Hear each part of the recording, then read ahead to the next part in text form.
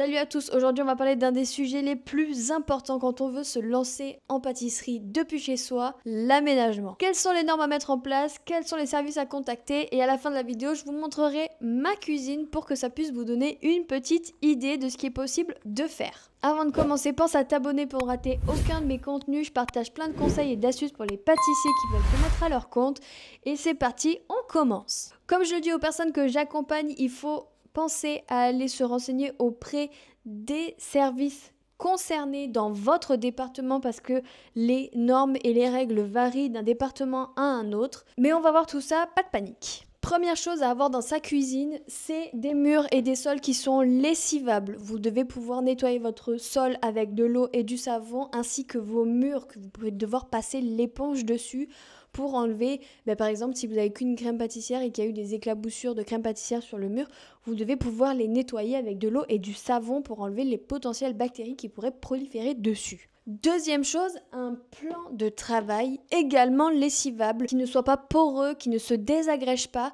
dans lequel les bactéries ne vont pas pouvoir venir s'y faufiler. Il faut des plans de travail en inox ou en matière qui sont lisses et lessivables. Pourquoi j'ai mis animaux en troisième point? Les animaux ne sont évidemment pas acceptés dans votre cuisine quand vous produisez vos pâtisseries pour les vendre à quelqu'un d'autre.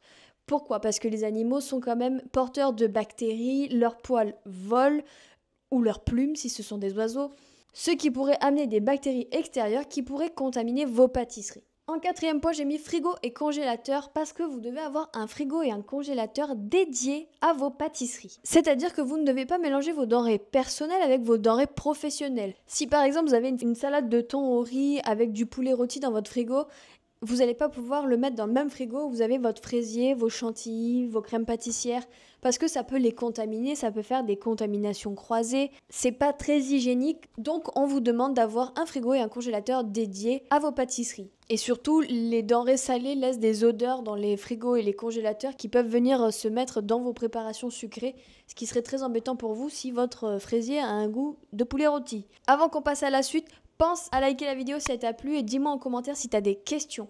Qui contacter pour vous renseigner sur tout ça? La DDPP, c'est la Direction départementale des protections des populations. En gros, les gars, c'est le service vétérinaire et le service d'hygiène. De toute façon, vous allez devoir déclarer votre activité auprès d'eux. Et en plus de ça, c'est vraiment les mieux placés pour vous dire ce que vous allez devoir adopter dans votre cuisine. Vous allez pouvoir également leur dire, par exemple, moi j'ai un chauffe-eau dans ma cuisine, est-ce que c'est ok? Par exemple, je veux aménager mon garage, mais voilà, j'ai du crépi au mur, est-ce que c'est ok? Et eux, ils vont vous dire exactement ce que vous allez pouvoir faire si... Dans un premier temps, contactez-les par mail, vous leur dites, voilà, j'aimerais lancer mon activité de pâtisserie.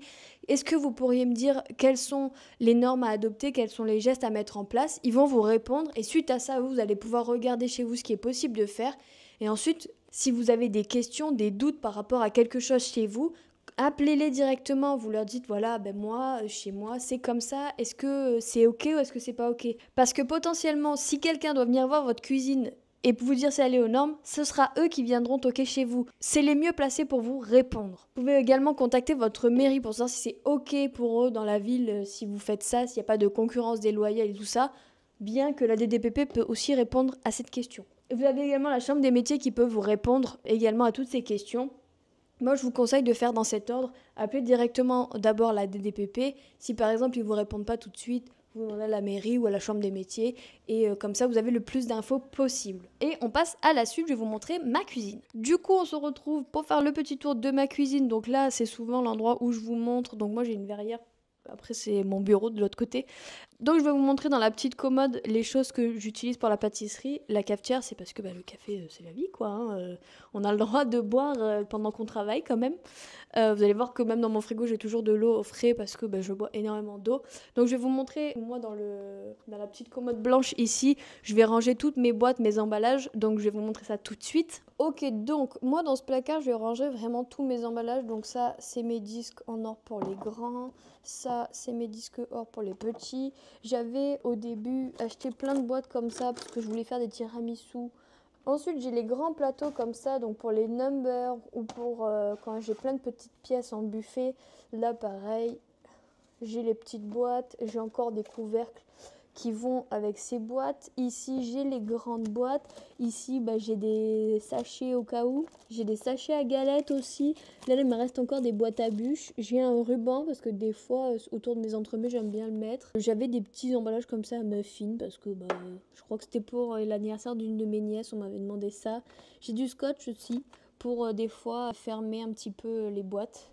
Donc voilà, donc ici c'est vraiment le rangement de mes emballages. C'est vraiment là que je range tous mes emballages. Donc là on va aller de l'autre côté pour voir vraiment le vif du sujet. Donc voilà ma cuisine, voilà vraiment dans mon plan de travail est au milieu. J'ai un autre plan de travail là-bas en face avec plein de rangements.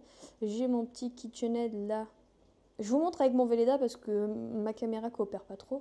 Mon évier, mon Thermomix, ma plaque, mon lave-vaisselle, encore des rangements, mon four, mon micro-ondes là-haut, la hotte. Et mon frigo, après là-bas il y a un chauffe-eau, je l'ai caché derrière un rideau. Donc on va aller un petit peu plus près voir tout ça. Donc je vous présente Bobby. Pour ceux qui ont suivi, c'est le remplaçant de Bobby 1. C'est mon robot avec cassé, donc je l'ai remplacé. Voilà, donc j'en suis très heureuse. Donc ensuite ça c'est mon évier. Ici moi j'ai une moustiquaire. Donc moi à mes fenêtres j'ai des moustiquaires pour pas que les choses extérieures rentrent chez moi parce que c'est bien d'aérer de temps en temps. Donc ça c'est mon évier classique. J'ai toujours une brosse pour nettoyer, un savon pour les mains et un savon pour la vaisselle, un égouttoir pour ma vaisselle, normal. Ça, c'est l'éponge des plans de travail. Ça, c'est l'éponge de la vaisselle.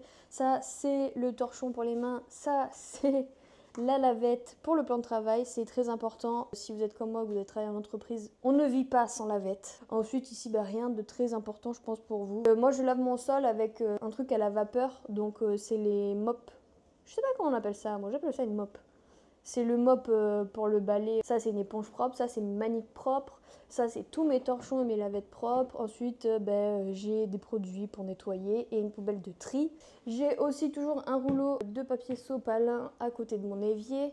Là, ensuite, j'ai mon Thermomix. C'est mon bestie, lui, vraiment. Je l'utilise tout le temps. Pour vous montrer, donc là, c'est des meubles... Donc ça, c'est lessivable. Moi, j'y vais à grande eau avec du savon et tout pour nettoyer. Après, j'ai des prises qui stoppent machin comme ça. Bon, ça, c'est pas une obligation. Ensuite, ça va être un placard où, moi, vous voyez, je mets toujours des étiquettes. Vous allez voir, je mets des étiquettes vraiment partout. Là, c'est pas vraiment des denrées qui ont besoin d'une date, bien que j'aurais pu la mettre.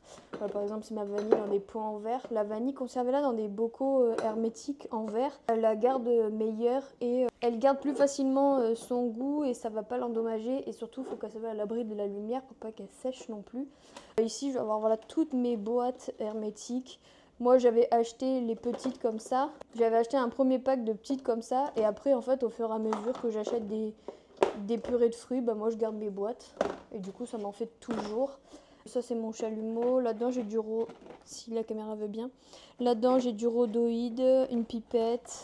Et après, là-dedans, j'ai des feuilles or, de la tonka et du colorant que je n'utilise absolument jamais. Donc ensuite, dans le deuxième placard, pareil, donc toujours les étiquettes avec ce qu'il y a dedans, les feuillantines. Là, c'est du gruau de cacao, les pistaches, ça c'est de la poudre or.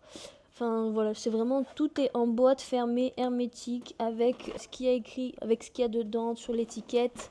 Donc voilà. Après, donc ici, j'ai ma plaque à induction. Moi, je mets une plaque dessus pour pas l'abîmer. Parce que moi j'avais peur de casser ça. Vous savez, si on fait tomber un truc ou quoi dessus. Après, j'ai un lave-vaisselle parce que je fais des choses à la main. Mais le lave-vaisselle quand même c'est bien. En plus ça désinfecte bien et tout. Donc j'adore le lave-vaisselle. Donc après ici j'ai mon four, j'ai mon micro-ondes et ça c'est une scelleuse. Voilà, là-dedans après j'ai tous mes ustensiles, fouet, maryse, les pinces, les petits mixeurs, les petits bidules comme ça, les douilles, les emporte-pièces, les petits fours comme ça. Voilà mon crochet et tout. Et dans celui-ci ensuite j'ai... Excusez-moi, c'est pas très bien rangé. Je vais avoir tous mes cercles, mes moules à tarte, ici tous mes culs de poule. Ici j'ai les couvercles pour les casseroles si besoin. J'ai la grande casserole. Après les autres trucs sont dans le lave-vaisselle. J'ai un petit mixeur à main pour ceux qui le savent. Je suis tombée tellement de fois en panne avec le premier Bobby que voilà. J'ai des plateaux, j'ai des plaques pour aller au four. Vraiment c'est vraiment tout ce que j'utilise vraiment quotidiennement ici. Et puis voilà, ça c'est mon frigo. Donc c'est vrai que moi j'aime bien ce système de mettre mes petits post-it sur le frigo. Comme ça, je les vois, elles sont toujours là, je peux pas les louper. C'est vrai que des fois, le frigo peut être vite rempli. Bon, après, je peux descendre sur le congèle au pire des cas, Mais ouais, j'aime bien cette histoire de post-it, c'est simple mais c'est très efficace. Bon, et du coup, le frigo, bon là, comme vous pouvez le voir, il va falloir que j'aille à métro parce que on est lundi à l'heure où je vous tourne cette vidéo, donc j'ai passé tout le week-end, donc j'ai fait le vide, voilà, comme vous pouvez le voir, j'ai fait toutes mes commandes, donc il faut que j'aille chercher la matière première et tout ça, et j'ai pas de commande aujourd'hui, donc j'ai pas de gâteau à vous montrer. Donc moi, ici, généralement, je mets les choses qui sont ouvertes, donc là, j'ai du citron vert, vous voyez, je mets la date, pareil, là j'ai de la Végétop qui est ouverte, je mets toujours les dates quand j'ouvre les trucs.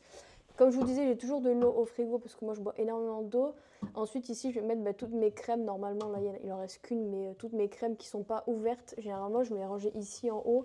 Là après ici ça dépend, ça va être où mes commandes quand elles sont terminées, ou alors ça dépend. Voilà, par exemple vous voyez j'ai mis des trucs qui me restent, qu'il va falloir ou que je congèle, que j'en fasse quelque chose, ou alors que je vais jeter.